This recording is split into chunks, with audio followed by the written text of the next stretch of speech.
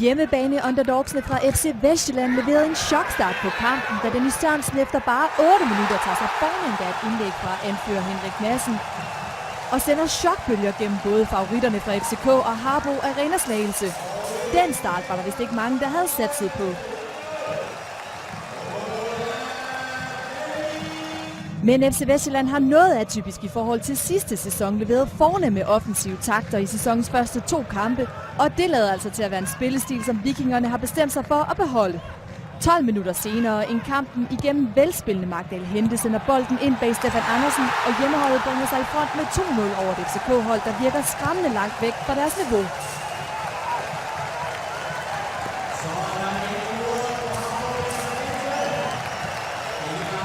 Med en offensiv indskiftning i pausen i form af Marvin Boyer og formentlig store ord fra FCK-træneren i omklædningsrummet, så fik løverne bedre styr på spillet i anden halvleg. 11 minutter ind i anden halvleg gør Andreas Cornelius det, han er bedst til her, hvor han hætter i hjørnespark i kassen.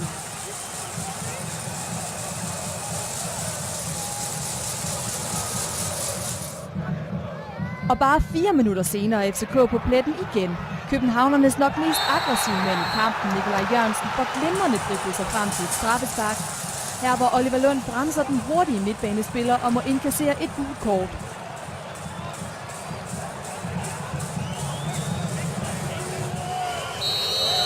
Og så kunne Andreas Cornelius ganske sikkert tage sig af straffesparket, placeret yderligt i venstre side af målet, og københavnerne får udlignet til 2-2.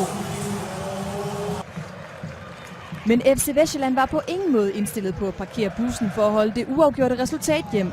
Ind med Thiago Borges, og kort efter den indskiftning bliver han spillet frem til en kæmpe chance. Heldigvis for udeholdet disker FCK-målmand Stefan Andersen op med en fremragende redning, og københavnerne formår at holde det uafgjorte resultat hjem.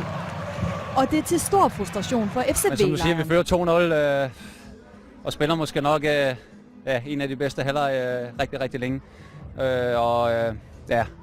Så selvfølgelig, vi står og er skuffet. Altså, set i lyset af vores præstation, så skal vi være meget tilfredse.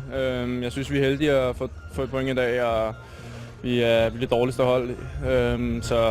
Så jo, det skal vi være tilfredse med. Vi skal bare ikke være tilfredse med vores præstation, den er elendig. Vi er klar fysisk og mentalt, synes jeg. Der var ikke nok, måske lidt en kliché, men der var ikke nok vindermentalitet, synes jeg. Altså, der blev ikke smadret igennem nok. Altså, det er for let for dem at kvæse os fysisk. Nei, det var godt vi får et poeng og at vi kommer tilbake, men vi er ikke tilfreds med prestasjonen. Egentlig i dag så mangler vi mye på alle parametre. Jeg synes noen virker mentalt vekk, andre virker fysisk vekk, og noen virker også taktisk lite gjennomarbeidet i det de lager.